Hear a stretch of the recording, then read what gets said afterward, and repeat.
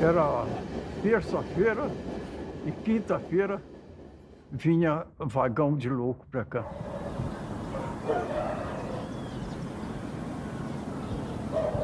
Não tinha nada diferente. Só no vagão de louco escrito vagão para louco, né? Tinha assim nas tábuas lá de fora assim escrito. Quer dizer que aquilo ali não tinha, passageiro não podia ir lá, né? Eu trabalhei numa estação chamada Aureliano Mourão. Lá, coitado deles lá, chegava às 7 da manhã e saía às 7 da noite, nessa estação. Então os coitados sofriam. Tinha uns que choravam. Outros pegavam marmita de comida. Nós tínhamos um restaurante que fornecia a boia para eles, para qualquer um lá. Às vezes comia era com a mão, outras vezes comia de um modo muito esquisito, igual porco ali, né? Poxa, assim, né? Eu já vi a polícia judiar com louco, essas coisas tudo assim, mas tinha policial também que era muito humano, muito humano. Eu vi policial, o dinheiro dele não dava para ele comprar pro louco, a boia dele ele deu pro louco, né? Ah, tem coitado que vinha para cá pro hospício aí, dava gosto você conversar com ele. Você conversava direitinho. Tinha outros que cantavam. Muita gente falava que tinha música nem louco era. Diz que às vezes bebiam as coisas lá, faziam umas besteiras. A política ou algum enguiço empurrava ele como louco. As autoridades, né? Daqui é que ia pro hospício. Bom, o que eu pensava era o seguinte, eles iam sofrer, mas era o recurso. Eu acho que é uma missão muito difícil. Quem cuida de um louco. Tinha 5.000 pacientes quando eu entrei aqui, na época. Toda quarta-feira chegava um ônibus entupido de paciente, vomitando, tendo diarreia, urinado, do Hospital Raul Soares. Porque a polícia militar, a polícia de rua lá de Belo Horizonte, eu não sei qual tipo de polícia, pegava todas as pessoas que estavam perambulando na rodoviária por lá e enfiava dentro do Raul Soares. Raul Soares tocava pra gente aqui, sem nome, sem nada. E aqui tem muito paciente que os hospitais mandavam, porque era fácil. O diretor era médico, todos tinham hospital com a fonte de renda excelente, né? Excelente mesmo, porque doido não tinha coisa melhor para dar dinheiro. E colocava, mandava quem estava dando trabalho para cá. Aqui era depósito, sempre foi depósito, sempre. A minha mãe, quando entrou aqui, ela veio através de político. A política de Barbacena, chegava perto de um político, eu quero trabalhar no Colônia. Eles davam uma carta, entregavam para o diretor fazia uma análise e no outro dia estava trabalhando. Não tinha que ter profissão, não precisava saber ler, nem escrever, basta saber distribuir alimentação, lavar os corredores, dar banho nos pacientes, entendeu? Distribuir a medicação. As medicações eram um comprimido rosa e um azul. Era Ordol e Fernegan, parece, o Diazepam. Uns nomes assim. Simplesmente explicaram para ela. Você faz a ronda. Se tiver gritando, batendo, você dá os dois juntos. Se tiver cantando, te importunando, dá o rosa, sabe? Então era conhecida a medicação na época, para esse pessoal da colônia, era pela cor.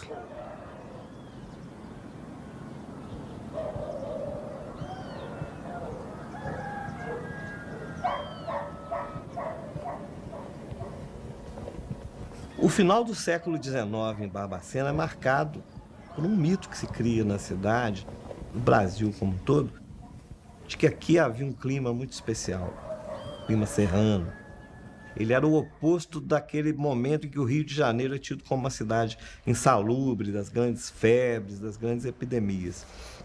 Então, de certa forma, a elite do Rio de Janeiro, que é a capital do Brasil, então começa a descobrir em Barbacena um lugar para se tratar.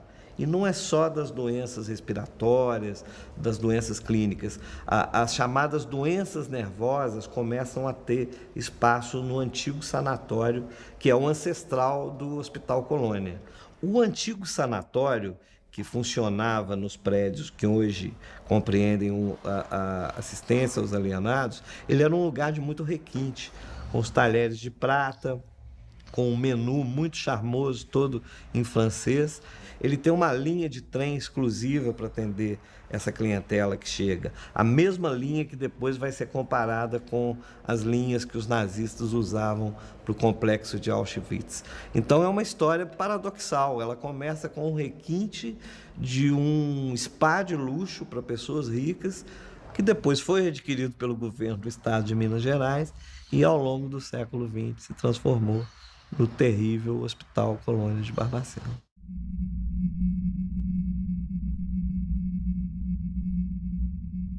Quando eu tive acesso às fotos feitas dentro desse hospital em 1961 pelo Luiz Alfredo, eu fiquei tão impactada que eu não vi nenhuma daquelas fotos no hospital. Todas aquelas imagens me remetiam a um campo de concentração.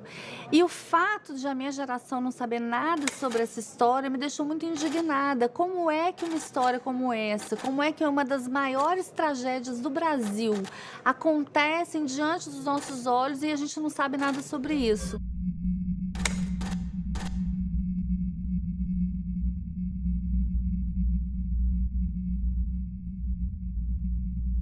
Eu descobri que o Brasil desconhecia uma das suas piores tragédias.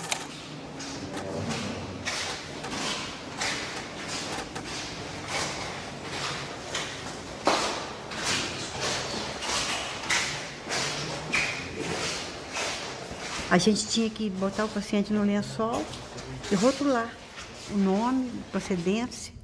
Às vezes eu passava 3, 4 lá em cima. Às vezes, quando eu pegava o plantão também, eu achava e levava. Você achava o quê? Achava os defuntos lá. Foi morrendo assim, uma atrás da outra, uma atrás da outra, uma atrás da outra. Tinha plantão de eu passar 5 pacientes mortos. Trazia vela na bolsa, trabalhava 24 horas. Aí eu trazia vela para botar na mão das pacientes morrer de noite. Nós fizemos uma enfermaria lá embaixo, no fundo do Crispim. Tinha um quarto sobrando lá. Aí fizemos uma enfermaria ali, para ver se salvava alguma coisa, né? A gente trazia leite de casa, fazia leite em pó, tentava colocar na boca, mas já estava no estado muito ruim mesmo. De repente, começou a vir uma canja branca rala, que você servia com a caneca, nos pratos de alumínio. Aí foi acabando, até chegar no ponto que aquela quantidade de paciente morreu por falta de alimentação. A enfermagem aqui não tinha nada, né? Tinha nada. Tinha aquela bacia ali, ó, eu chamava de bacia fervedeira, que você fervia a seringa que servia para todo mundo. Aqui tinha uma injeção chamada Benerva, que era um complexo B. Enfiava que cabia na seringa, 10 ampulhas de Benerva e tudo, uma agulha desse tamanho, e ia aplicando de paciente em paciente. Hoje tudo é descartável, antigamente não era. Era isso que tinha. Lá embaixo do departamento B tinha um funcionário, que ele era guarda emprestado da Polícia Civil. E ele ficava com arma, que ele achava que era a polícia aqui dentro.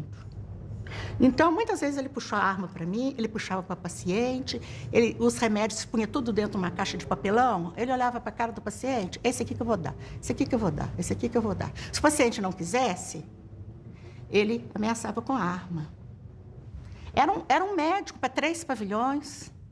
Eles chegavam na portaria do pavilhão, chamavam os funcionários e aplicava a medicação para ser aplicada. Tinha pavilhão igual o Crispim, que era o horror dos horrores. 400 pacientes, homens, tinha uma grade fechando, tudo violento, sem medicação. E se você entrasse lá, eles pulavam em cima de todo mundo. E nessa época eu não via comprimido, não via não. Eles davam xarope aí, que o farmacêutico fazia, né? E o eletrochoque, que era muito usado. E aquelas muito agressivas, muito violentas, que não tinha resposta, que não tinha as medicações que tem hoje em dia, dava eletrochoque. Que eu, por sinal, fiz muito eletrochoque, bastante. Não tinha outra coisa. Muito paciente deprimido, recuperava, mas a gente não dava com anestesia na época. Mas eu fiz bastante, era eu e o Dr. Zé Carlos. Fazia 1 ou 2 vezes por semana, Mas os pacientes seguravam direitinho, acalmavam o paciente, dava carinho para eles. E eu punha no mínimo para dar o eletrochoque. Eu dei muito. E a gente punha assim na cama mais de 40 pacientes, sabe? Eu ficava com tristeza porque eles viam, um via o outro tendo as coisas, né? Mas a gente mandava eles fazer uma oração, conversava com eles e tudo. Eu costumava pôr de 5 em 5. O médico vinha, passava as voltagens. Aí era um aparelho quadrado assim, com dois negocinhos de pôr aqui na testa, aqui, na fonte, né? Aí você ligava o aparelho lá na parede, lá na eletricidade, aí ele já passava a voltagem, já do tanto que o médico mandou. Aí você tinha que ter uma vasilhinha com um pouquinho de água de sal, pra você passar, para o eletrochoque pegar. Então ele dava aquela crise forte, assim, sabe? A gente punha um pano na boca, assim, já tinha... As buchinhas já ficavam prontas ali, esperando. Já estava tudo pronto. Você botava a buchinha na boca para não morder a língua e segurava, 2, 3 pessoas segurando, porque ela debatia muito. Eu tinha pavor. Mas você aplicava o eletrochoque? Eu não aplicava, eu ajudava, né? Segurava, né? Bom, era por finalidade terapêutica, né? Mas, de repente, aparecia, às vezes, um imprevisto, né? O paciente, às vezes, né, fazia umas travessuras, né, e, às vezes, tomava eletrochoque.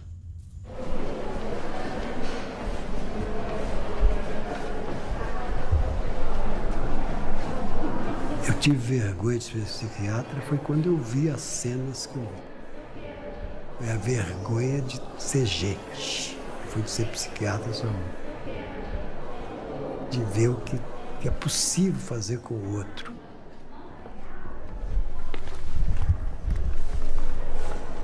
As impressões eram as piores possíveis, porque o cheiro, né? A pobreza, o som que não existia, a fala que não existia. Todos eram andarilhos. O problema de ser andarilho é uma coisa interessante, né? A pessoa ficar andando em volta de si mesma, né? Horas e horas. E tudo isso era natural, tudo isso fazia parte.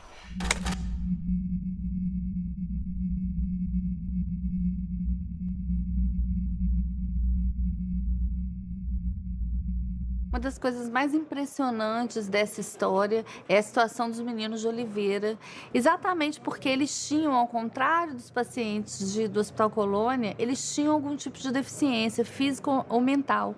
E os pais sentiam vergonha desses filhos e encaminhavam esses filhos para um depósito de crianças chamado Hospital de Oliveira.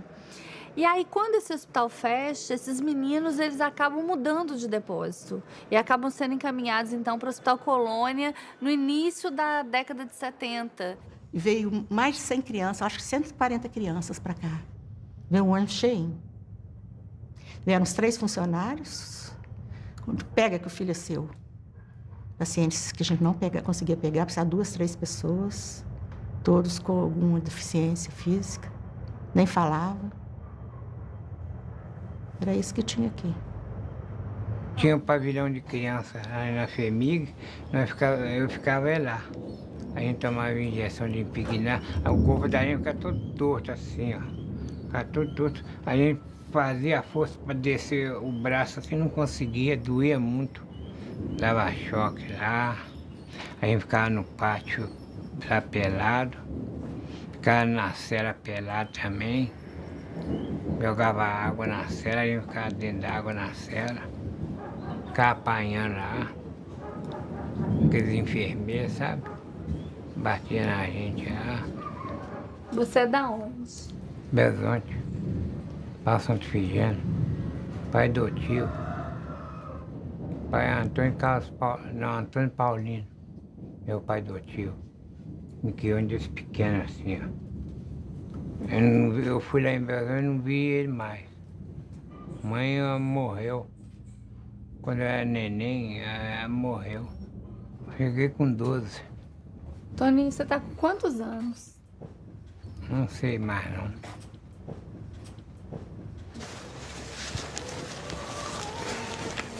Eu fiquei com a minha mãe até na idade de 5 anos. Ela teve problema de tuberculose, na época não tinha cura, a doença não era erradicada e ela morreu. E depois que ela morreu, você ficou com quem? Fiquei com a minha madrinha. Ela que eu fazia muita bagunça, era muito arteiro, né? Ela me mandou pra cá, pro hospital. Mas eu ajudava a segurar aquele pessoal que ia tomar choque. Ajudava a segurar, às vezes o choque passava pra gente, sabe? Na hora que botava na cabeça e ligava, aí naquele estalo, aí a pessoa assustava, conforme for a intensidade do choque, passava pra gente. É uma fase meio triste contar isso, sabe? O senhor é da onde? Eu sou Benzonte. Eu vim de criança. Mas agora o que tem? Eu fui treinar lá na FEMIG, mas eu tomei injeção de entortar e eu beirei morrer.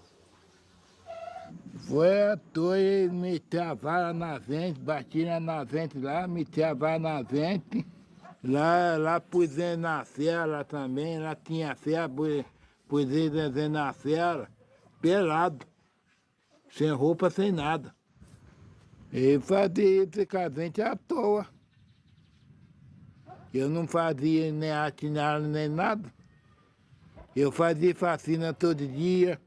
Era obrigado a fazer vacina lá. Não fizeram, ele me ticou na gente lá. Xingava a gente. Meu pai não internou em orar. Meu pai não internou em orar. Ninguém veio me visitar, nem aqui nem lá.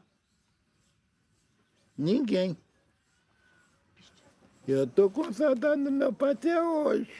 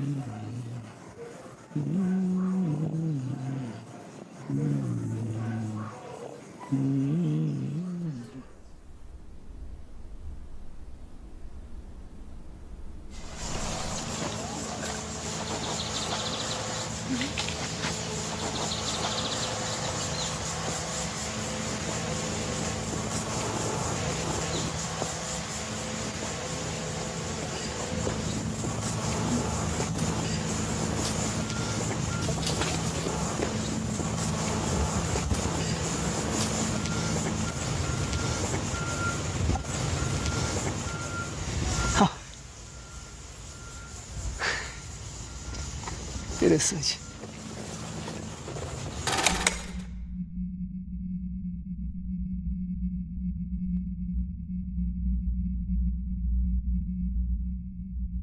Eu estou sentindo que eu estou todo arrepiado. Talvez seja alguma coisa que não depende da opção consciente, né? Mas deveria ser alguma portaria. Eu não tenho memória mais. É 35 anos, né? Essas coisas, elas têm uma memória muito... elas estão guardadas num espaço muito escondido na mente da gente, entende? Elas têm uma relação muito com dor, com sensibilidade. Eu fiquei aqui por volta de 4 horas com um grupo de médicos. Aqui, né? Aqui não é das crianças, será? Talvez fosse a coisa das crianças, mas não tinha essa cerca. Aquilo ali também, deixa eu ver. E como que as crianças estavam? Elas estavam... A criança normalmente é mais... Elas ficavam quietinhas, né? Não movimentavam. Tem até uma foto de uma que está bem na posição fetal que eu fiz, né? Uma foto que eu fiz por cima. É uma situação de defesa que eu achava, né? A única maneira de se defender da situação que estava era de apertar o corpo, as mãos. Tinha um menininho também, que esse foi muito forte também. Eu não lembro onde que foi que eu fiz a foto, que ele... Eu lembro que a hora que eu cheguei perto, ele levantou o bracinho e falou assim: moço, o senhor quer ser meu pai? Esse foi forte. Pôs a mãozinha assim, chorou. E a foto é uma das fotos que sensibiliza muitas pessoas quando vê. O choro dele, procurando um pai naquele lugar ali, né?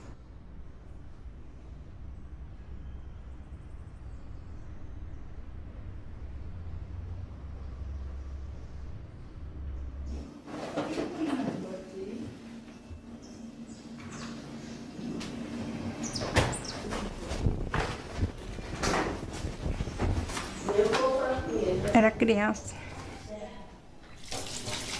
Minha família internou eu, criança, assim, na Oliveira. Eu dei alguma crise, assim, não tinha remédio para levar no médico, aí me internou. Injeção, tinha aquela injeção grossa, desse tamanho assim, dava aquela injeção grossa na gente, de pregnar, choque de avisou tomar, e paciente morrendo, tadinha, sim. E nós já passou fome também, isso já falo verdade, quem fala verdade merece castigo. Nós ia lá no mato para pegar capim de lixo, cheio de formiga, para botar num colchão. O colchão era assim, era um colchão assim, de pano. A manda fazer, remendar assim, e botar na cama para a gente dormir. Os bichos tudo mordendo a gente, a formiga mordendo a gente. Ninguém apareceu. Mas eu tinha saudade da minha família, eu já sonhei com a minha família, já sonhei com minha mãe, assim, que eu ia na rua assim, mãe, me dá um copo d'água. Aí ela falou assim, não, filha, entra dentro de casa, assim, não, mãe, quer só um copo d'água. Aí ela me dá um copo d'água, tem vezes que eu fico triste no meu quarto, saudade. Não é o que eu fazer, não posso fazer nada. Não fiz nada com minha família, não fiz nada. Eu não posso nem falar mais nada desse negócio, não, senão eu fico triste, minha família. É como se a memória deles, afetiva, tivesse parado no momento do abandono.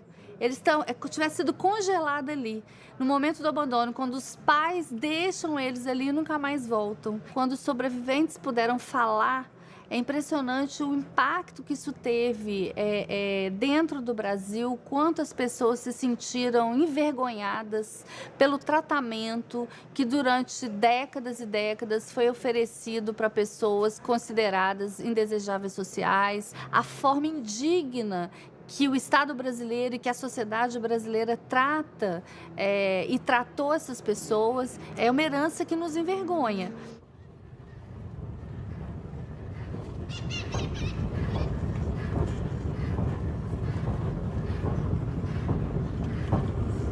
Nesse espaço aqui era um trajeto nosso de menino, né? Que nós atravessava entre meias locomotivas e, como menino não tem nada na cabeça, vamos na FEMIG, vamos na assistência, chamava assistência na época. Vamos para assistência? Vamos passar para nós ver os doentes, vamos. Aí subia no muro, ficava olhando, era, né? Hoje, assim, dá até dó na alma, mas era muita gente mesmo. Era como se juntasse muitos frangos, né? Muitos frangos. Muitos pacientes. Tinha uns normal, tinha uns que era normal. Esses que ficavam dentro desse recipiente lá, nesse quadrado, esses não batia bem mesmo, isso não tinha sentido de nada. Mas tinha uns que era normal, rapaz. Tinha uns que era normal, conversava com a gente assim, ó. Só que às vezes vinha de longe, né? Às vezes vinha de longe e a família punha aqui, largava, por aqui morria e aí ia. Era tudo aberto, né? Entrava e ia para o campo, jogar bola. Então, era o nosso dia a dia, né? Na rua minha mora hoje, tinha um rapaz que ele era internado e às vezes morria alguns doentes. O que ele fazia? Ele punha tudo numa carrocinha de ferro e punha os doentes ali. Às vezes ele passava na rua da minha casa. Então nós pedíamos para ver, abre aí para nós ver aqui os defuntos. Aí abria, nós víamos os defuntos, fechava, né? Ele subia com aqueles defuntos e tal. E tinha dia que nós corria atrás também da carrocinha e nós ia até no cemitério para ver ele jogar os defuntos. Fazia um buraco grande, jogava 5, 6, 7, pronto, acabou. Sem caixão, sem nada. Não tinha nós de caixão, não. Entendeu? Então, para nós era comum, né? É igual hoje, você vê carro na rua e ficar admirado. E hoje é um dos cemitérios que está desativado.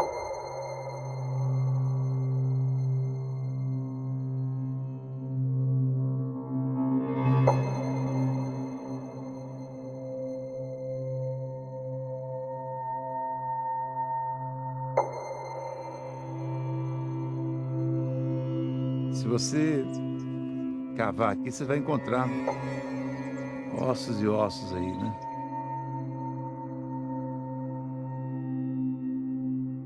O cemitério era uma cultura de que as pessoas não poderiam ser sepultadas junto dos chamados normais, né? Os suicidas, assim como os negros e também os loucos, tinham que ter um local para sepultamento.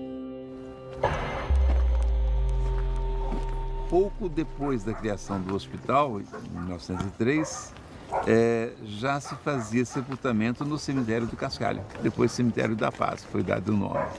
Esse cemitério ele é criado praticamente junto com a criação do hospital. E os corpos vinham num caixão improvisado e aqui julgava e levava o caixão de volta.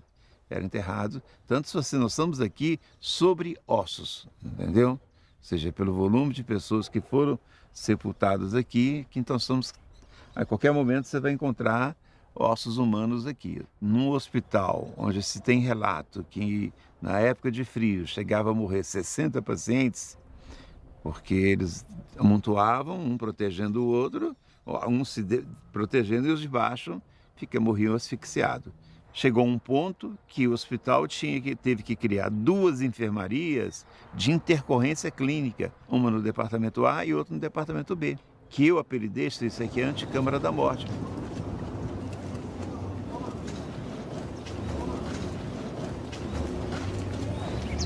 Aí eu ainda, diretor, chego os moradores, os vizinhos começavam a queixar do cheiro, ou seja, então percebemos que a terra já não estava absorvendo a quantidade de mortos, então nós resolvemos encerrar o contrato e não mais permitir o sepultamento de pessoas aqui nessa instituição.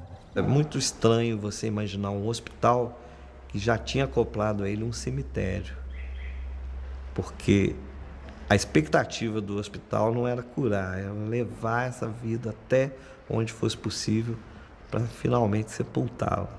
No primeiro momento do hospital, as coisas funcionaram de uma forma diferente. Ele cumpriu o papel baseado na medicina francesa, pelo menos até a década de 30. É onde eu sempre afirmo que a partir do Estado Novo, o regime forte, né, as coisas começam a complicar dentro da instituição. A família, quando internava, ela não queria saber, né? Tem história, né, de famílias que internavam e mudavam de endereço ou de cidade para não receber ou não ter comunicado dos pacientes. Então morria, você não tinha como, às vezes, comunicar com a família, e quando comunicava, a família não tinha condições de vir buscar o corpo. Muitas vezes era cedido às faculdades.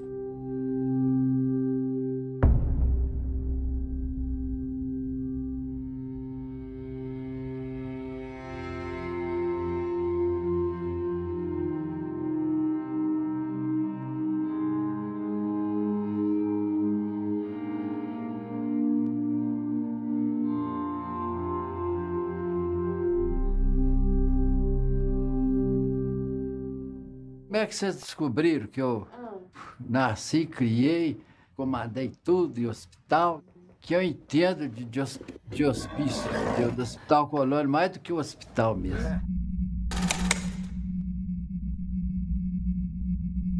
Qual que era a função do Relações Públicas? Relações Públicas, atendimento às familiares que iam lá visitar os detentos, né? E eu tinha um relacionamento de coisa, a secretaria era aqui na ala feminina, né? Aqui embaixo era o hospital da ala de masculina. Então, as famílias me procuravam, eu chamava uma das enfermeiras, porque para saber qual pavilhão que a pessoa da família estava internada, né? Essa era a minha função. Existiam, assim, pessoas que interessavam de vir visitar as famílias.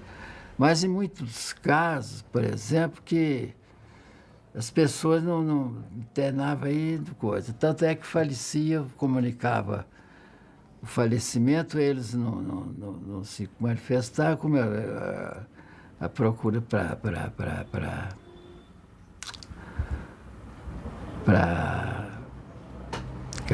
essas faculdades era enorme, né? Então eu atendia as faculdades que precisava, né? Então morria, a gente trazia cá para cima. Pegava com cobertor, 4, eu e mais 3 pacientes, no cobertor, que nem uma maca a gente não tinha, não. Aí punha lá em cima, arrumadinho lá os corpos, lá, tudo assim no chão, assim. Com procedência, com tudo. Olha, os pacientes estavam mortos lá já, esperando eles virem buscar. Aí chegava, né? Às vezes não tinha condução própria para vir buscar. Levava daquele jeito mesmo. A gente ouvia cair daquela caçamba igual pedra, assim, lá. Era eles jogando lá. Depois tampava com uma lona e ia embora, né? Ninguém. Eu tinha um relacionamento de comunicar com os familiares, né?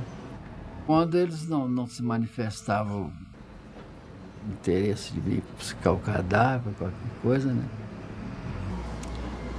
Quando tinha o cadáver disponível, a gente cedia para essa faculdade. E esses cadáveres, eles eram cedidos ou eram vendidos? Não, era cedidos, não era vendidos, não. A gente viu documentos, inclusive livros de registro, que tem o preço de cada peça anatômica. Preço? O senhor sabe alguma coisa sobre isso? Não, isso aí eu não sei, não. Como é que isso aí não estou ciente disso, não. Eu só recebia a ordem do diretor eu passava para o Clarindo, que é o preparador, e a minha secretária fazia nada de dinheiro.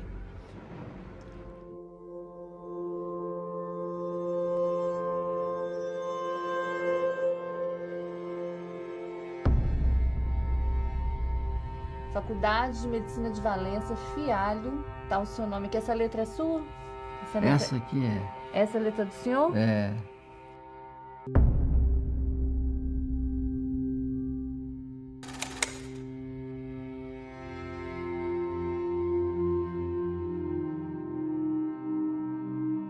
Essa questão da venda dos corpos, que é um fato já do final dos anos 70, ele é a exacerbação de uma sequência de descaminhos que esse lugar vai tendo ao longo da sua história. Quanto menos hospital ele fica, e mais prisão, e mais reclusão, e mais depósito de gente, mais margem para essas coisas que hoje a gente percebe como absurdas se dá para acontecer. Sai bem?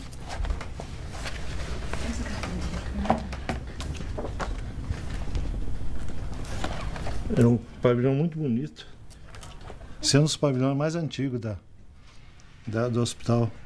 É o pavilhão Antônio Carlos, né? É um colonial de respeito, porque não é qualquer um que faz um pavilhão desse aqui. Muito perfeito. Esse aqui hoje é onde está funcionando a cozinha. Foi tirado o telhado e reformado para a cozinha. Estão montando a ferragem para encher o concreto. Um é o João Preto, paciente, tá vendo? Todos são pacientes, tá? Esse aqui da Pocilga com o paciente. Esse é o paciente que tomava conta dos porcos lá na Pocilga. É um paciente que, inclusive, ele morava, tinha um quartinho dele, tinha um chuveiro dele. Você daria o cigarro e ele está lá, tranquilo. Eu vivi muito dentro do hospital por ter contato com a minha família lá dentro, eu ia muito, né? Andava lá dentro, tinha regalia dentro do hospital. Então, estava lá, conversava com os pacientes. O estado dos pacientes, para mim, era normal. Porque os pacientes, eles não agrediam ninguém, eram os pacientes educados, conversavam. Eles precisavam de um afeto, né? Você conversar. Então, os pacientes do Hospital Colônia, na época, eles iam para olaria fazer tijolo. Eu frequentava, inclusive, a olaria, porque meu pai era um chefe daquela parte. Eles tinham uns que até dormia à noite, né? Porque tem que refazer o fogo no forno, né? Que esse forno para queimar o tijolo. Então, eles é que olhavam os pacientes. Do tempo que eu vivia lá dentro, lá tinha 280, 300 pacientes. Era 2 funcionários que trabalhavam a noite inteira olhando eles. Quer dizer, não era uma coisa do outro mundo, não. O paciente pegava um cobertor ia arrancar capim para fazer os colchões para eles dormir. Eles mesmos faziam o colchão deles, costuravam, davam os pontos. Entendeu? Que o paciente, como diz o doutor Faustino para mim, o paciente psiquiatra, ele precisa fumo de cigarro e comida.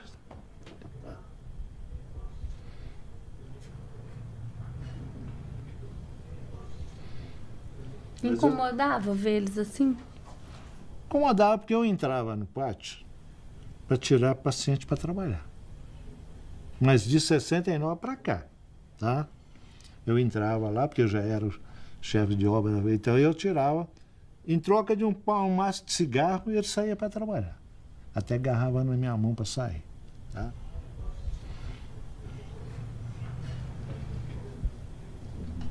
Os pacientes da colônia, os homens que eram bons, saíam para prestar serviço ao município, sabe? Calçar rua, capinar a rua para o prefeito, sabe? E muitos diretores do hospital levavam pacientes também para ajudar nas construções da casa deles que estavam fazendo. E levavam esse paciente para ser pedreiro, servente pedreiro, sabe? Mas eles não tinham pagamento, tá? Eles tinham, como diz o outro, mordomia de sair do pátio e ganhar um maço de cigarro, que eu passava aqui na secretaria e pegar o pacote. Isso aí. Eu mesmo, quando eu estava mexendo na reforma dessa casa, eu trouxe eles para trabalhar aqui. Eles trabalharam aqui comigo. Eu tenho um chão ali com os cacos de azulejo, foi o paciente que sentou.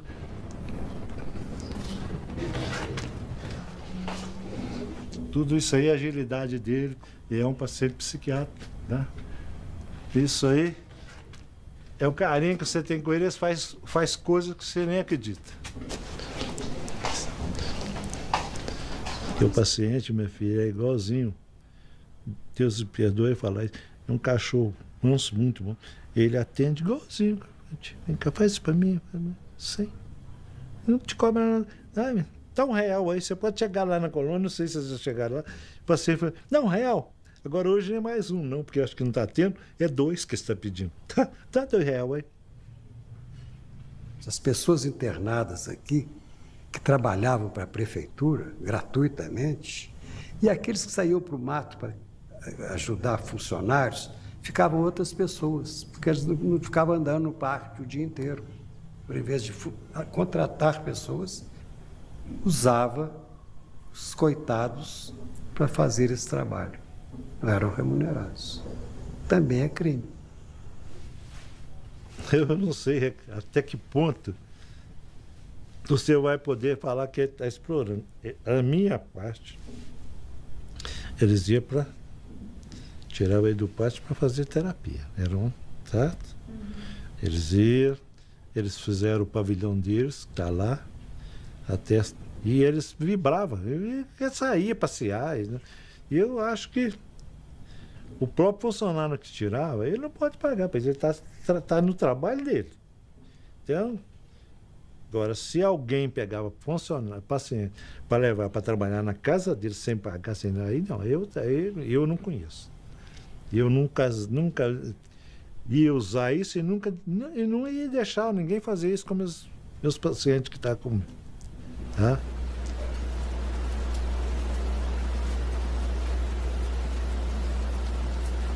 Cada pavilhão tinha uma irmã que cuidava. Que era assim, elas punham as pacientes para fora 4 horas da manhã, para limpar a casa. O negócio era manter a casa limpa. Aí as pacientes iam para o pátio, naquela friagem toda, sabe?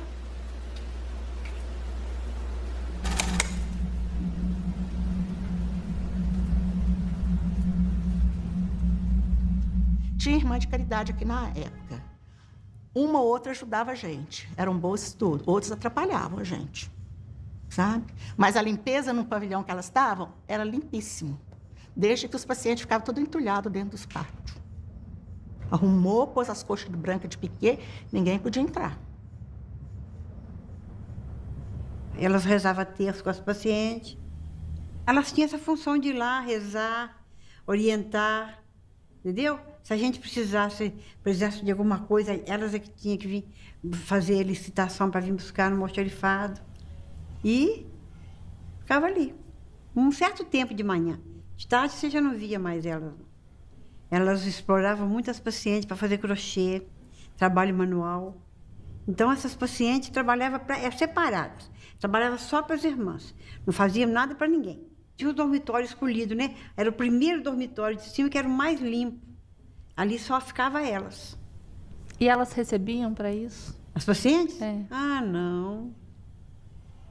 Às vezes, assim, muito raramente, sabe? Mas, assim, um bolo que fazia lá na casa delas, que levava lá um pedacinho para elas. Mas muito raramente.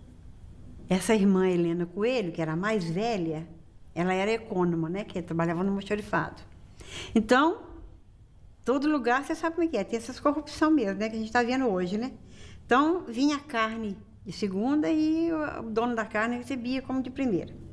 Mas não deixava de dividir com elas, claro. Um dos principais trabalhos do repórter, quando ele vai contar uma história, principalmente uma história tão trágica como essa, é identificar as responsabilidades. E a primeira coisa que eu quis fazer quando eu entrei dentro do hospital e quando eu comecei a ouvir os sobreviventes, que pela primeira vez foram procurados, que pela primeira vez ganharam voz, eu queria que alguém me dissesse de quem era a culpa. E eu fiz essa pergunta centenas de vezes para centenas de pessoas que eu ouvi. E eu não conseguia chegar a uma conclusão, isso me incomodava muito. Até que um dia, uma das entrevistadas, uma das personagens do livro me disse assim: a culpa é coletiva, ela é de todos nós, é de toda a sociedade, porque todo mundo participou disso. Que essa resposta, ela é uma resposta que importante, porque não dá para, em nome da justiça, a gente cometer a injustiça de falar de um só nome. Foram 8 décadas de violação de direitos, 8 décadas de maus tratos, de tortura, de fome, de frio, 8 décadas em que passaram por lá milhares de pessoas. A cidade de Barbacena convivia com essa tragédia. Os funcionários conviveram com isso, as famílias deixaram seus parentes lá.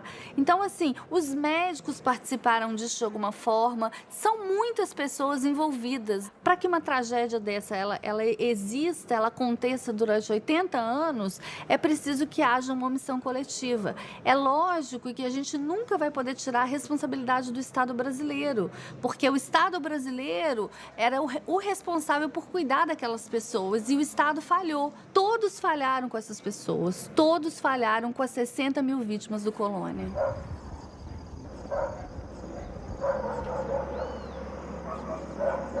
Minha lembrança da minha infância foi na FEBEM.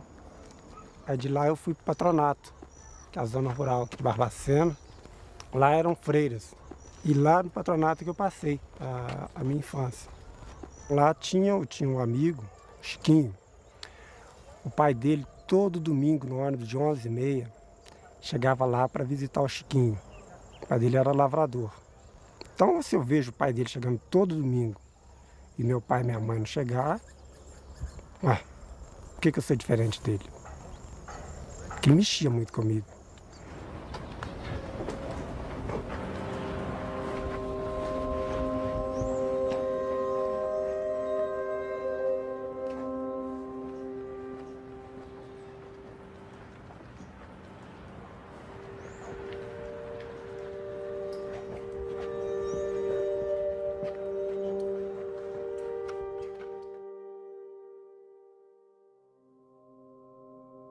Minha mãe me disse que foi aqui que eu fui separado dela.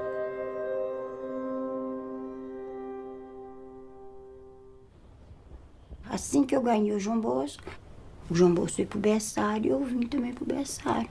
Cuidar das crianças, cuidar do João Bosco. Cheguei lá no domingo, estava na hora do almoço da irmã. Aí, daí a pouco ela chegou. Os meninos maiores daqui foram tudo lá pro Pinheiro Grosso. Aí eu virei e falei, mas o João Bosco também foi? Ela falou, foi. Eu virei e falei, não podia ter mandado o menino para lá sem autorização. Aí eu até com ela. Você não tem direito de falar assim comigo, que eu não podia mandar o menino para lá sem sua autorização, porque quem manda no menino sou eu. Ela tá muito alterada comigo. Vamos dar um choque nela. Aí pegou por aqui, ó. Aí veio 2 guardas. Aí me arrastaram para a sala de choque. Aí me deu um choque. A irmã me deu um choque, a irmã Tereza. Aí ela virou e falou comigo assim, aqui, você não volta aqui mais não, porque se você voltar aqui, outra vez, se você voltar aqui, eu vou te pôr no pátio. Aí nunca mais tive contato com ele. Eu saí da FEBEM, não tinha para onde ir, não tinha como me manter, não tinha dinheiro para me manter. Eu morei no quartel pelo menos até o ano de 99, ou seja, 12 anos eu morei no quartel. Eu não tinha Natal, Ano Novo, isso eu não tive, porque eu não tive a família para eu poder passar com eles. Quando a minha mãe morreu, eu espalhou todo mundo. Aí foi que eu saí para começar a trabalhar, né? Eu tinha 10 já para 11 anos, né? Foi gente que me levou para vir para trabalhar lá, em Virginópolis, na casa desse senhor. Ele era advogado. Que você vê ele com o meu patrão, eu na casa dele, empregada, uma criança. Quer dizer, ele foi na maior brutalidade comigo, né? Nunca eu pensaria na minha vida que ele tivesse coragem de fazer isso comigo. Ele, um advogado, eu, uma simples empregadinha doméstica. Ele tinha 53 anos já, o homem. Eu tinha idade para ser meu pai. Ele era assim baixo, mas ele era fortão. Aí foi que ele me agarrou. Aí a menstruação sumiu, né? O corpo começou a crescer, né? Aí, olha, tava de 3 meses já. 3 meses. Depois que aconteceu, o que ele fez? Aonde ele me pôs? Aonde ele me levou? O negócio já estava tramado, né? Vim para aqui para ficar bater dentro de um hospital de doente mental, uma coisa que eu nem nunca tinha visto na minha vida. Eu pensei que o dia que eu entrei lá, eu pensei que eu ia sair de lá, que eu não ia ficar lá.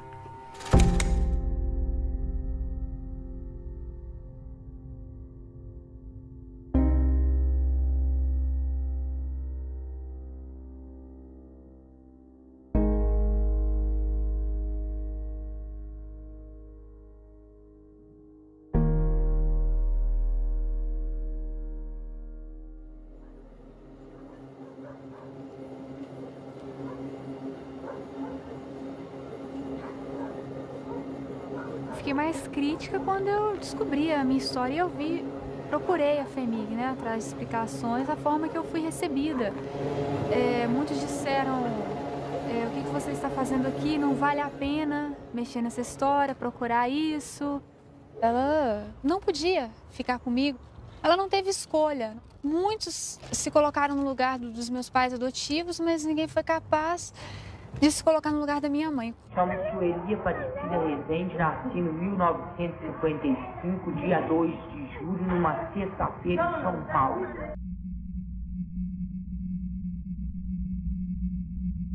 Elas saíam, né? Era muito paciente, ninguém dava conta de olhar, né?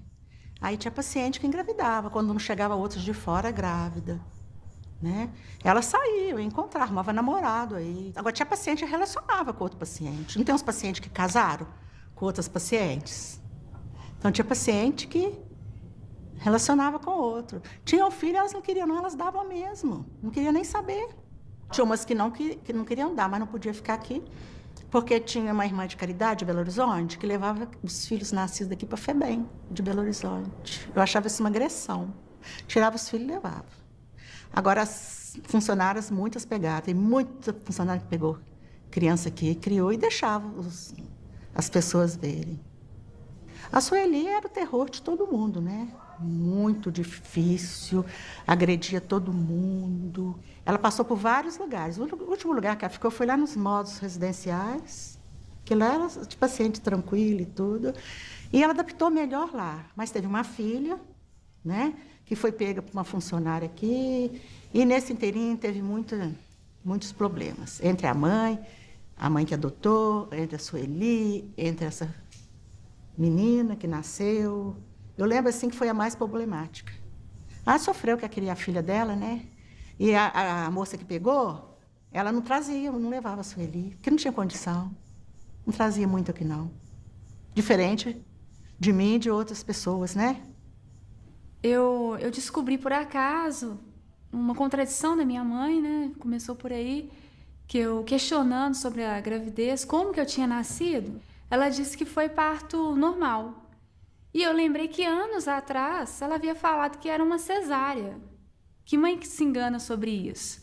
E descobri que eu não era filha dela, que eu tinha sido adotada e que minha mãe se chamava Sueli e estava no hospital. E depois eu conversei com a funcionária também assustada, e ela confirmou que ela tinha falecido mesmo, e que isso tinha ocorrido há 1 ano.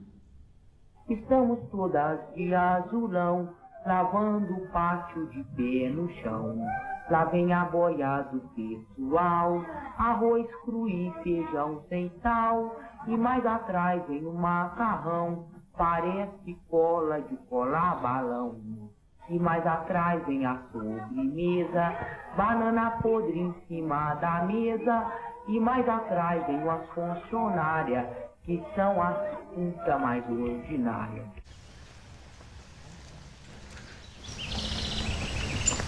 Eu nunca imaginava que um dia entrar nesse local aqui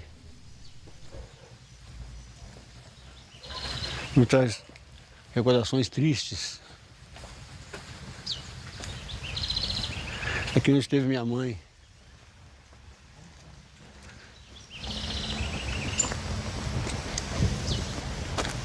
Foi seu pai que mandou ela pra cá? Não sei se foi, não. Eu não posso garantir porque eu era pequenininho, não tinha condições de saber. Eu não posso falar uma coisa que eu não sei. Ontem eu estava lendo o livro, né, antes de vir para cá.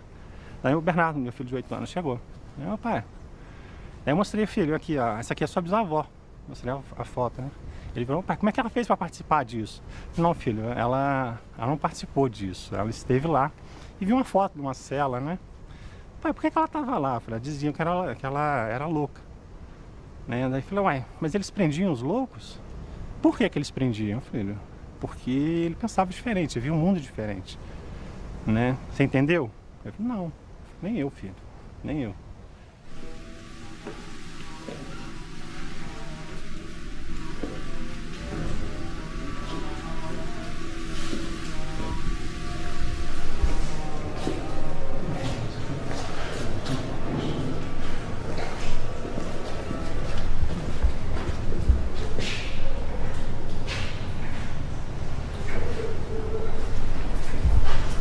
Aqui era o quê? Outro dormitório. Mas aqui só os indigentes, né? Aí? Aqui é... Mas quem não era, né? Talvez eu tinha 9, 57, 58. Esse nome dela tá aí, porque ela deve ter vindo pra cá como indigente. Vê a data aí, vê se a gente consegue localizar. 57, 58? É. A quem servia esse sistema, né? Matrícula de loucos e indigentes.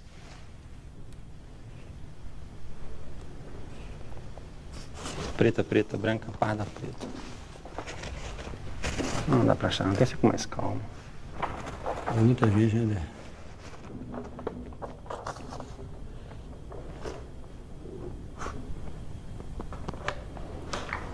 Pai. O quê?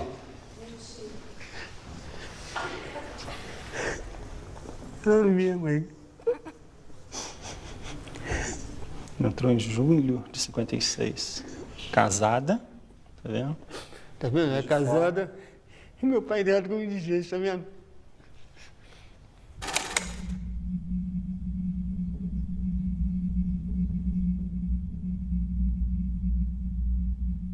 Ele traçando o nome, a despedida verbal do esposo da paciente, Jorge Severino. Vou.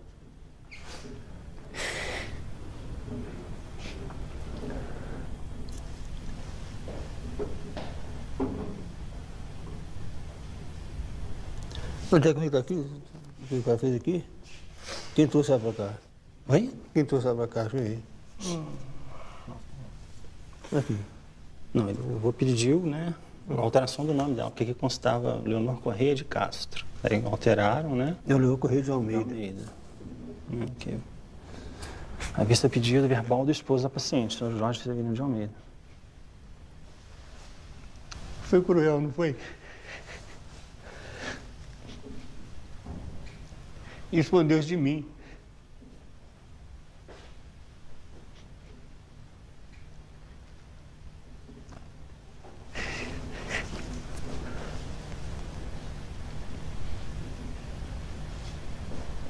É.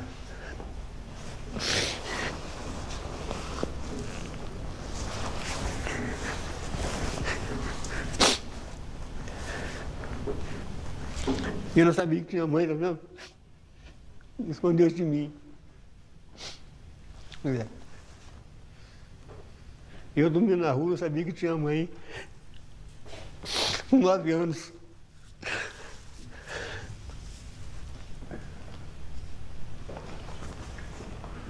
É.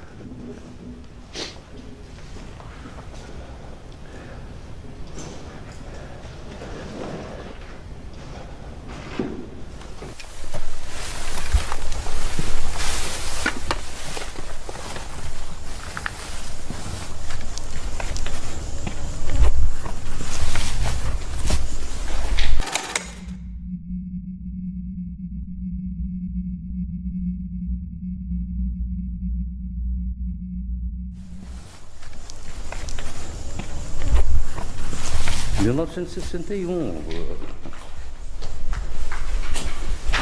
são quantos anos? 55? É como se as pessoas tivessem desaparecido, nascido no mato. E foram 6 horas, eu queria ter ficado 6 dias. Mas eu acho que eu não conseguiria produzir muito mais do que isso. Se havia coisas piores, eu não sei. É como se fosse um pesadelo que eu tivesse vivido aquelas 6 horas. A emoção, a ficha caiu no dia seguinte, ali era só profissionalismo.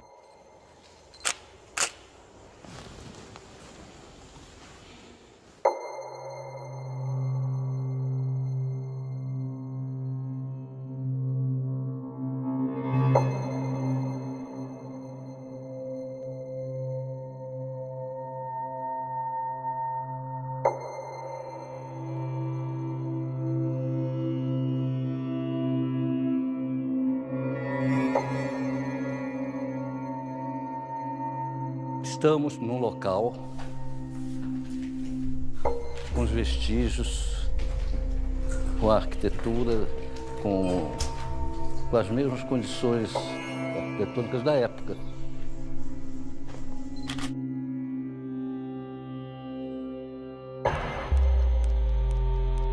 Aqui, ó.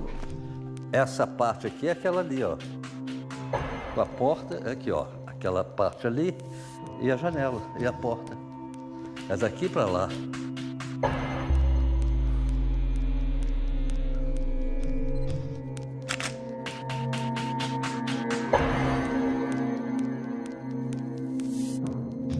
Realmente fizemos uma foto ainda no local quase que intacto. Só esse envelhecimento faz parte da história, né? Chegamos no local, é dos últimos. Quando terminar isso aqui, não restará mais evidência física nenhuma da época que nós estivemos aqui.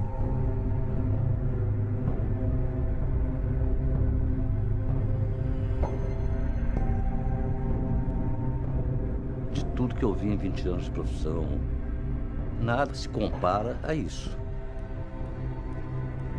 Essa é uma das coisas que eu fiz que marcaram mais. É isso.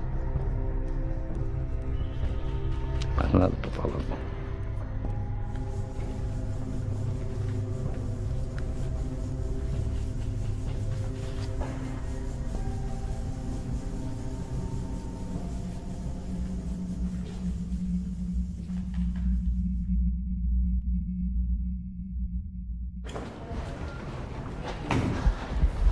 Aqui tem uma mesa boa.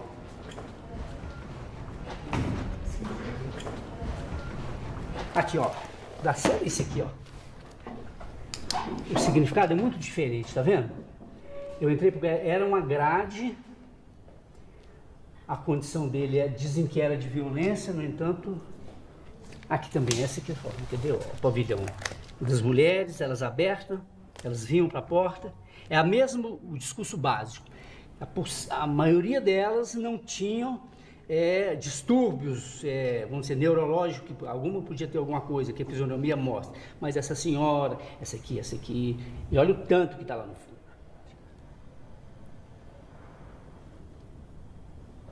Aqui já é degradação total, né?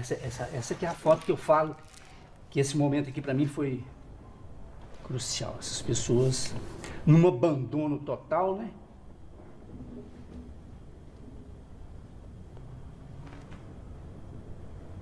Essa aqui foi muito forte. Presta atenção naquilo que eu falei das mãos e dos pés.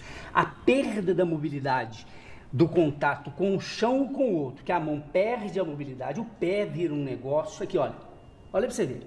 As mãos têm que ser recolhidas porque não tem com o que fazer o contato, né? Aqui a do afeto, da troca de carinho, as mãozinhas delas aqui.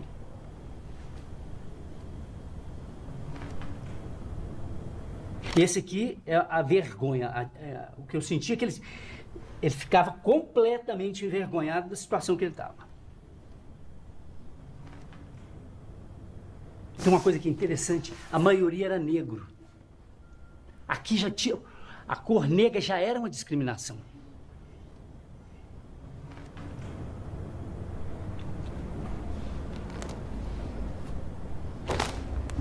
Aqui, olha. A pessoa que eu falo que perdeu tudo. Isso aqui é sol, abandono, apodreceu. É como se ela tivesse me cobrando, faz alguma coisa, mas o que se podia fazer? E olha isso aqui também, ó. Ao rosto de pavor do menino aqui. Olhando para lugar nenhum.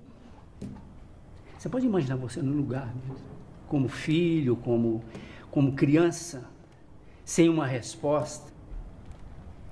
A boneca está aqui, mas a boneca está algemada. Ó.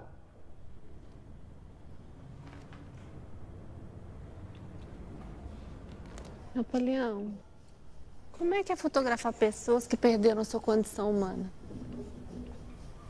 Como é fotografar pessoas que perderam a condição humana, né? Isso é um negócio...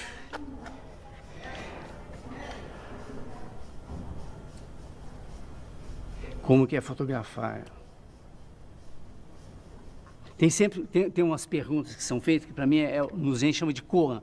São perguntas para exatamente quebrar a sua lógica cartesiana para entender. A resposta dessa pergunta é a não pergunta. Você tem que chegar nisso, entende? Como que é isso? A resposta, ela não pode ser lógica. Então, como é que é fotografar um ser humano sem condição humana? Você tem que conviver com isso para ter essa experiência, entendeu? Que muitas vezes a resposta a um negócio desse é quase que um silêncio de respeito a essas pessoas que não tiveram um retorno para a vida, né? Essa desumanização que foi institucionalizada naquela época, né?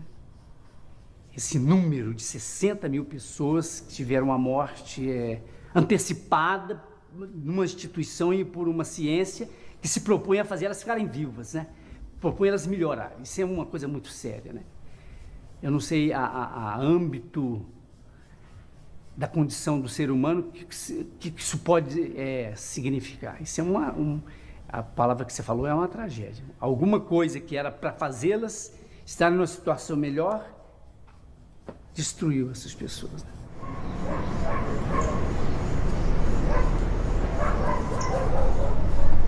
Todo mundo emocionado, né? Que foi um, né? É forte mesmo. Registro forte. O fato de serem 3 gerações, né? É verdade. 3 gerações. Né? Sua, nossa e a do Luiz Alfredo. Mas gravei Dona Conceição aqui, ó, pois é. Gravei a Dona Conceição aqui com a turma toda, né? Todas se juntaram aqui na porta, assim, né? Foi aquele chique. grupo fechado, assim. E ela de porta-voz. Nesse pavilhão não tem médico. É preciso de um médico. Tá aqui para esse pavilhão porque não tem. E como é que foi, assim, quando vocês chegaram a primeira vez, assim? O que vocês viram? Qual foi o impacto que vocês tiveram?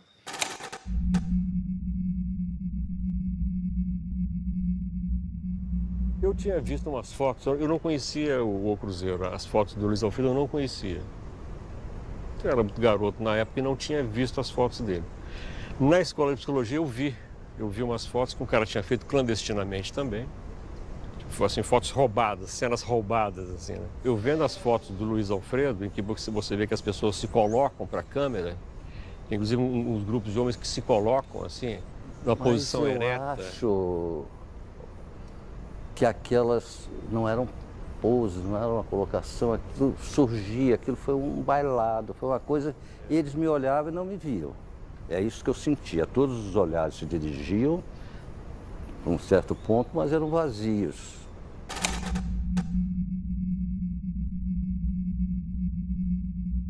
Você veio pra cá, né, com a cara e com a coragem, né, velho? Sem recurso, como é que foi? Uma equipe de 5 pessoas. Quando a gente veio aqui naquela visita que viemos juntos, né? Você, eu, Simone, aquela turma. Quando eu voltei para lá que percebi que tinha abertura para fazer o filme, né? Em 5 dias eu montei a equipe e falei, não pode perder, né? Essa porta fecha. A gente percebeu que tinha que fazer algo naquele momento, que tinha possibilidade, não podia perder, né? E era aquela hora e pronto. E viemos um coletivo de pessoas. Vocês estavam juntos a primeira vez? Viemos juntos. Foi um grupo grande que veio. Passamos um dia aqui, demos um giro no hospital. Um dia mesmo. Aqui embaixo. O Irã voltou para escrever as matérias, eu voltei com a cabeça do filme, assim, de armar o filme. É porque o secretário de saúde na época liberou, né? Ele não sabia o que ia acontecer, né? Ele liberou e depois a gente publicou uma matéria dizendo, né? Que estava aberto, né, os portões aqui do hospital para a imprensa, né?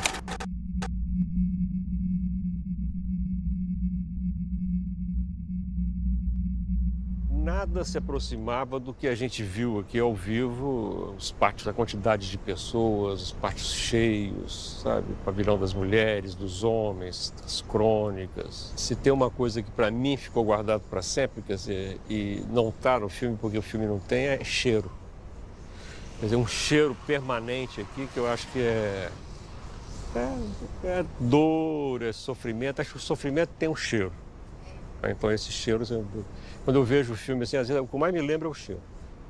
Eu acho que é uma dimensão que você só tem quando você está dentro dela. A maior parte das lembranças é no pátio das mulheres. Que uma delas chegou para mim e falou assim, eu sei porque vocês estão fotografando a gente.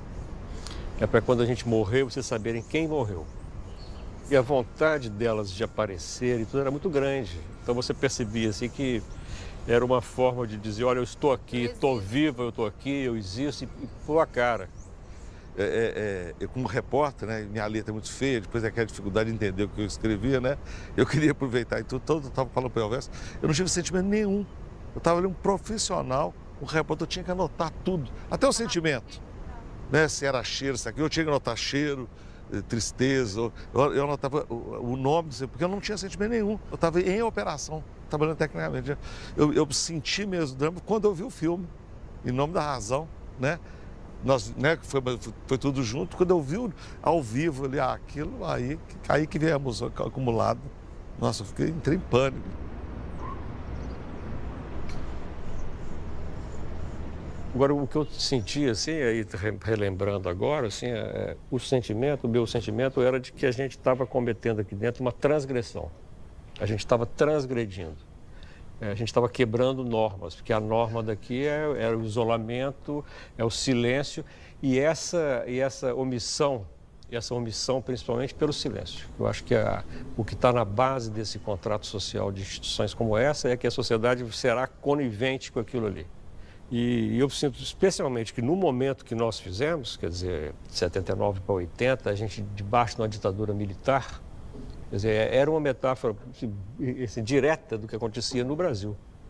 Do silenciamento, né? Do silenciamento, e a gente estava entrando, quer dizer, aí eu acho que, até comentando com o Irã, o título da matéria dele, Os Porões da Loucura, é perfeito, assim, é perfeito porque naquela época a gente falava no Brasil nos porões da tortura. Da ditadura. Os porões da ditadura, os porões da tortura, quer dizer, era o que era a voz corrente. Eu sinto que naquele momento a gente estava participando de uma revolução. Nós estávamos sendo agentes de uma revolução que estava acontecendo aos olhos nossos ali, na nossa vista ali, e que de fato ia modificar isso aqui para sempre. A primeira coisa mais importante que aconteceu, que eu achei que foi importante, foi a reação do próprio meio psiquiátrico, né? As pessoas, quando elas estão tratando com os doentes mentais, elas estão dando o máximo, elas acham que é aquilo. Elas não tinham consciência disso, né? Então, essas pessoas, se você criticar o trabalho dela, elas ficam revoltadas. Então, o pessoal que trabalhava nos hospitais psiquiátricos, eles não foram acusados de praticar a barbárie, não. Eles viram como eles praticavam um ato barbário.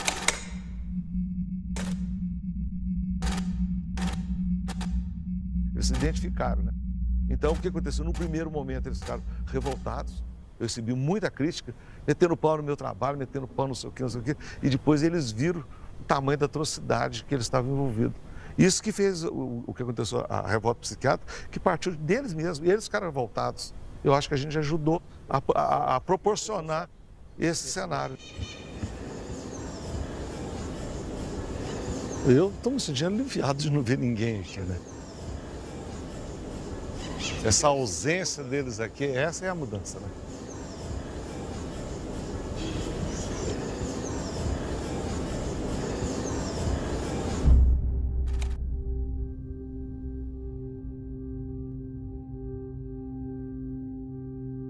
Em 73, a FIAP, Fundação Educacional de Assistência Psiquiátrica, resolveram dar uma reforma aqui dentro e pôr funcionários, porque não tinha, só guardas. Então, eu fui para Belo Horizonte, fiz psicotécnico com um monte de gente, eu fui a única que passei, como enfermeira. Eu tinha uma visão técnica e comecei a arrumar a casa, né? A hotelaria da casa. Vão dar condições para ter gente formada, gente capacitada, isso eu fiz muito. Aqui tinha umas folhas que as funcionárias, as guardas, escreviam alguma coisa, punham o nome, mandavam os médicos escrever. Outros pavilhões não tinham nada. E a gente começou a fazer as papeletas. Tinha algum papel escrito por médico que as próprias guardas aqui pediam para fazer.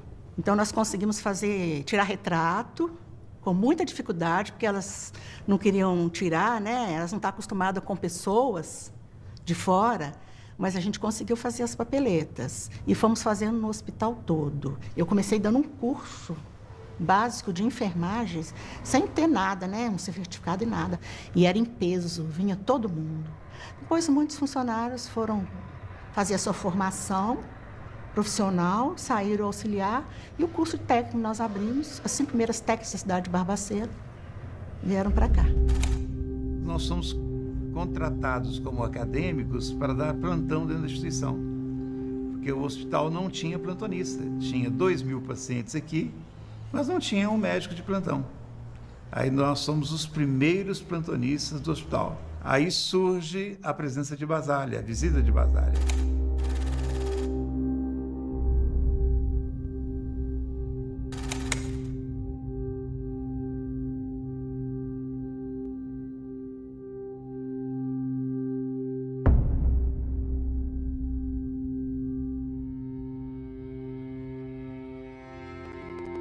E ele conhece as instituições psiquiátricas, onde ele chama isso aqui de um campo de concentração. Ele vem, faz a crítica, e Basálea passa a ser um símbolo, passa a ser uma bandeira da nossa luta por mudanças do modelo assistencial.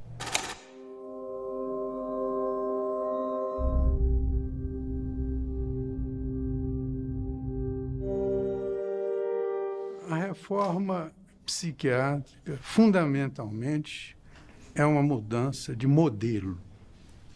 Há um modelo que é centralizado no grande hospital psiquiátrico. O modelo hospitalar leva o paciente até o serviço. No caso da rede é o contrário. O serviço é que vai até o paciente, é algo como uma malha de serviços que se espalha pelo estado todo. A gente começou a fazer a ressocialização desses pacientes nos modos residenciais, foi 120 pacientes. Ali a gente ensinou a usar desodorante, fazer unha, sabe, colocar batom. Quem viu, se viu pela primeira vez, chorava, gritava, batia a palma, sabe? Ficou toda feliz de ver no espelho.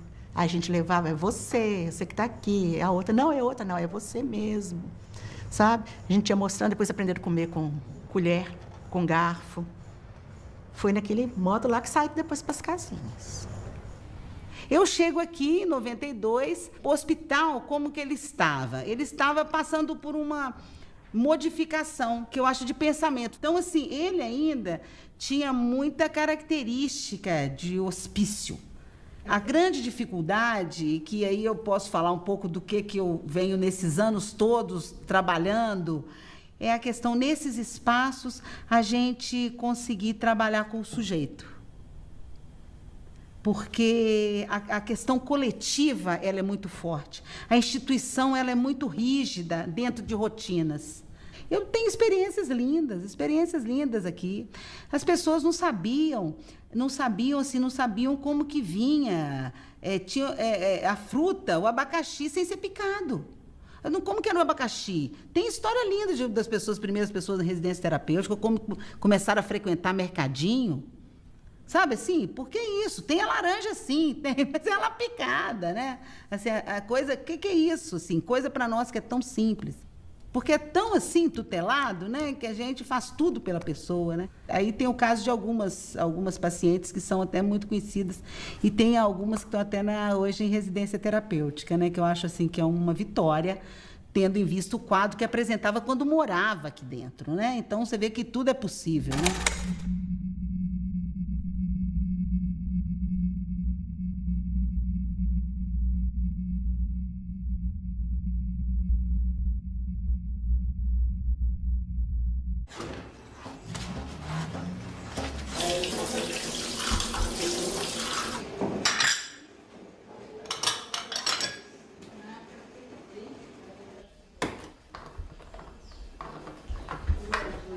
Eu já viajei um dia de avião. Parece que eu estava entrando dentro de casa. Você não teve medo, não? Não, aí eu falei assim, eu quero ficar na janela. Aí eu fiquei na janela para ver o movimento. Ele fazia... Buh.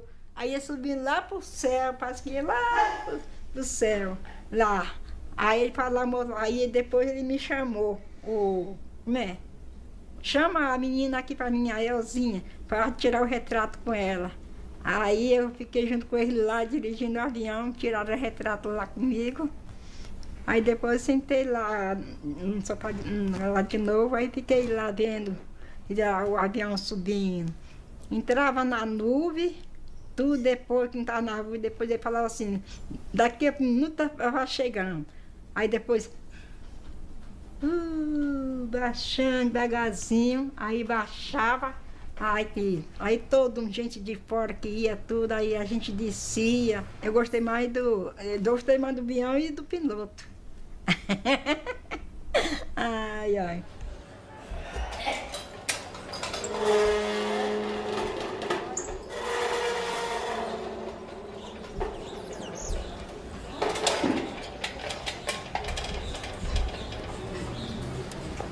O senhor representa hoje uma instituição que tem essa herança. O senhor acha que nós podemos falar em culpa do Estado ou em dívida histórica que o Estado tem com essas pessoas? Com os remanescentes, certamente, né? O Estado, na medida que, mesmo que, e é bom que seja feito esse registro, o Estado ele agiu, né, em consonância, em sintonia com os conceitos, com a instituição da psiquiatria, com a medicina, com o sanitarismo. Não agiu contra os preceitos sanitários, contra o ordenamento da instituição médica, nem do judiciário da época. Então, ele foi um instrumento, digamos, passivo. Então, é do Estado, mas é de nós todos. Eu acho que esse reparo tem que fazer. tem que avançar, até porque a política do Estado é desinstitucionalização, né? Já tem muitos anos que a gente está trabalhando nessa lógica, né? Conseguimos fechar vários hospícios nesse país, mas que não tem recuado na política de saúde mental. Na política nacional de saúde mental, a gente não tem visto recuo, assim. Ninguém fala em abrir leito, né? A integração, a escola inclusiva, o tratamento ambulatorial, o apoio familiar, o foco deve ser esse, né? E isso alcança tudo. Alcança a educação, alcança a assistência social e alcança a medicina. Mudou muito nesse sentido, que hoje realmente as pessoas têm um tratamento com dignidade. A vida hoje é digna aqui. Eu costumo dizer que se nós ainda tivéssemos a mesma realidade, nós estaríamos hoje com milhares e milhares e milhares, porque ainda permanece a tensão na sociedade. Eu posso me ver livre dessa pessoa. Aquela comunidade pode expulsar aquela pessoa do seu convívio. Aquela família pode se desincumbir. Aquela pessoa, ela de alguma maneira incomoda, eu mando para Barbacena. Quer dizer, isso, eu acho que essa é a raiz, né? É a noção, é a ideia de que é possível uma instituição que segregue as pessoas. A sociedade ainda tem muito de higienista. E o discurso da periculosidade, ele dá suporte a esse higienismo, né? Eles usam a agressividade para cometer violência. Nós enfrentamos hoje um problema grave, que é a da judicialização e das internações por ordens judiciais, sobretudo, e na sua imensa maioria, para pacientes usuários de drogas, os dependentes químicos. Quer dizer, por essa via, você pode ressuscitar, não uma situação como essa, mas no fundo, uma certa destituição da humanidade de alguns pacientes. A gente tem que estar sempre lutando para que essas coisas não se reproduzam, não nesta intensidade. Não nessa intensidade, porque isso aqui realmente eu acho que nós avançamos. Acho que a sociedade não tolerará jamais milhares de pessoas nessa condição. A vigilância, ela tem que ser permanente.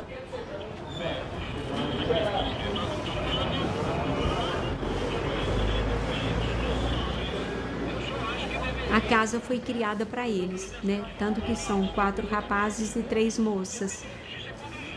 No começo foi difícil até para mim, quando a gente via que o chão tinha só fezes, né? Falava, nossa, meu Deus, me dá coragem, né?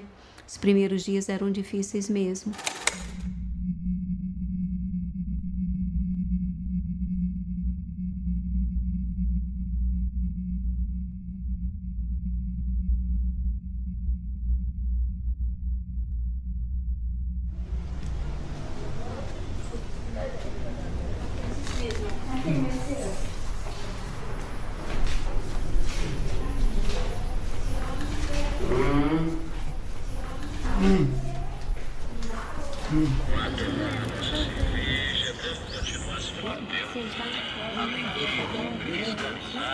Dá para entender essa linguagem que não é uma linguagem verbal, mas que você vê no corpo, né?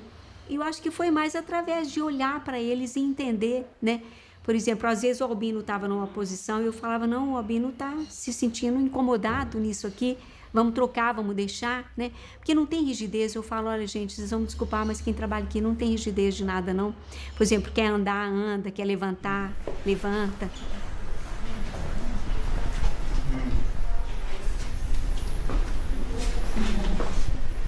Quando conseguimos fazer a identidade de cada um, o CPF, cada um virou cidadão, se tornou gente perante a sociedade. Para nós eles já eram, mas estão registrados.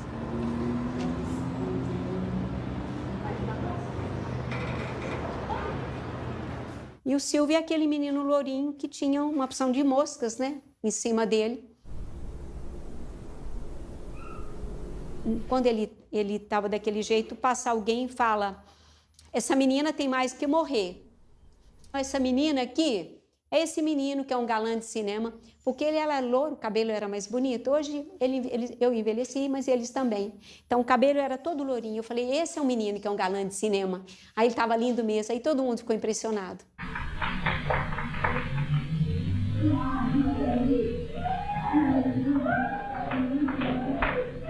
A Wanda Lúcia, né? A Wanda Lúcia está naquele filme do Elvésio Raton, quando ela era pequenininha, junto com o Silvinho. Vai sozinho, você consegue? Pode ir sozinho.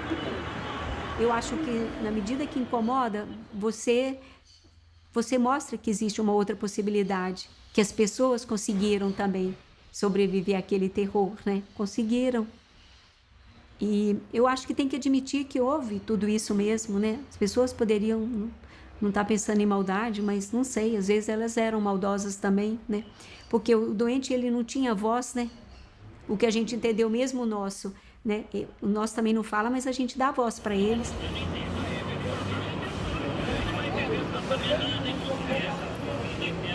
Achei bonito, né? Porque eu nunca imaginava que uma irmã de caridade ia ter 7 filhos e bem deficientes, né? E que a gente acreditava que poderia modificar. E para mim foi na minha vida de irmã de caridade religiosa foi bonito demais eu poder ficar com a curatela deles, né? De vez em quando alguém batia aqui na porta, até o diretor do Raul. Ô, irmã, eu posso colocar o rapaz que está lá? Não, né? Infelizmente não. Eu não, porque a gente não fez para ficar aumentando as camas. Daquilo que eu falo, o dia que um for para o céu, essa cama vai ser tirada e o espaço vai ficar vazio, sim. Até que forem todos, né?